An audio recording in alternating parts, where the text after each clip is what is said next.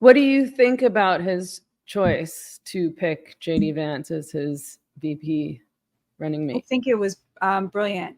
He gave up the points he would have gotten from picking a minority, which I don't know if they still stand by that or not now that they're running against Kamala Harris. But basically, it was a promise to the MAGA movement that he is appointing a successor.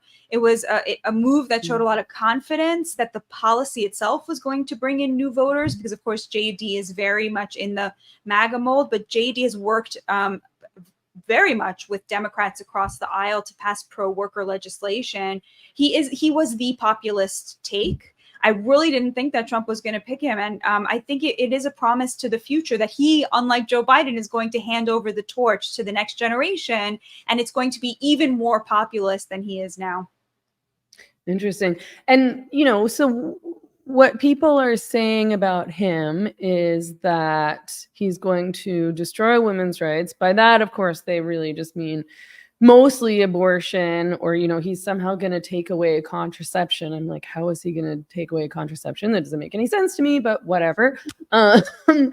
But also that he's going to take away no-fault divorce, I think, is the other thing that they're accusing him of. Do you know anything about that? Yeah.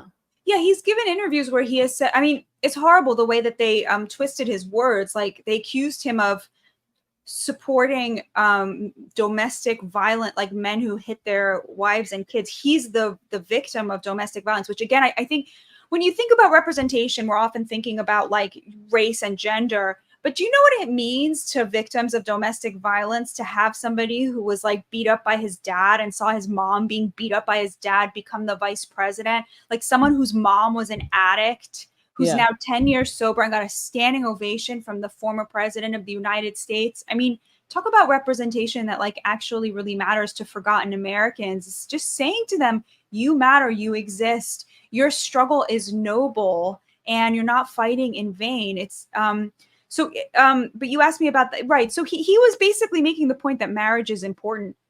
Could be in 4 years when he's on the top of the ticket, he wants to now push an abortion ban, and he wants to get rid of no-fault divorce. There's no way that Trump allows something like that. Trump's a liberal. Like he has never changed his stripes on anything. So there's no way that happens in the next 4 years. If that's what JD wants to throw his political, capital away on, maybe that will happen. And then we can all advocate against that and advocate against him and say, look, this guy's a threat to women. Right now, he is not a threat to women in any way. The GOP platform doesn't even have a word of pro-life language in it. And so I think that the point he's trying to make, Josh Hawley does a really good job of this as well, talking about how the war on masculinity and on men is a war on working class wages and men's ability to become providers. And that is true. So you take the cultural piece of it, but the way you fight the cultural piece of it is through economics. You're not going to start legislating that people have to stay in marriages. You're not going to start legislating against abortion. You're going to say, we're going to make it financially feasible for people to stay married. We're going to make it financially feasible to raise a family on a single income so that you can have more children when you want to have more children. I think that is the move. That's the populist move.